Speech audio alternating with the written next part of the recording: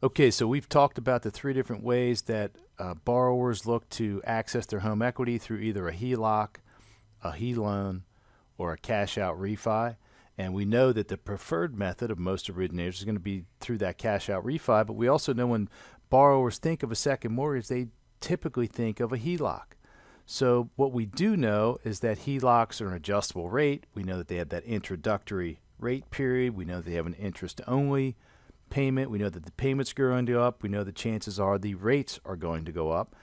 We know that when you go to Bankrate's website and look at their home equity loan versus line calculator, there's three specific answers to questions that lead this calculator or recommendation tool to recommend a fixed rate HE loan, and that is if the borrowers do not want to borrow periodically, if they plan on paying it back for more than 3 years. And the last thing is if they want equal payments, if they want something they can budget to. So what we've done is we've built this tool, and I've already talked to you a little bit about this. There's a few different options that we have on this tool. It's a cash out comparison to, cash out first. There's a HELOC versus a fixed rate second comparison. And then there's a home improvement tool. What we're going to focus on today is the basic HELOC versus fixed. And this is a typical scenario that we see. $80,000 second, they're looking to do some work on their house.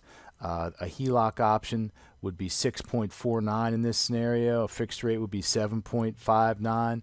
And really, this is where the information I think is important for all of us as originators to understand is when you're doing a HELOC, there's a draw period for that first 10 years.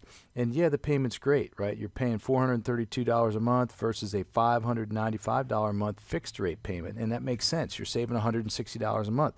But the issue is when you actually go to amortize that loan out, your payment is roughly the same. And if you do nothing else, you're going to end up spending about $16,000 more in the total payout versus just doing a second mortgage, a fixed rate second mortgage.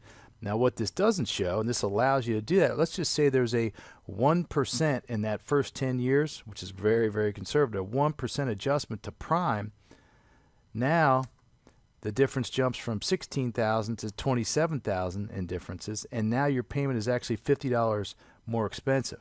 If you do a more realistic 2% adjustment over the next 10 years, now you're talking about $40,000. You're talking about $100 more per month once you start paying off the principal, and it starts to really make a lot of sense as to why people want that fixed rate second mortgage. So we'll talk about these other tabs in the future. As always, this is available for you. Just let me know, and I'll be happy to send it to you.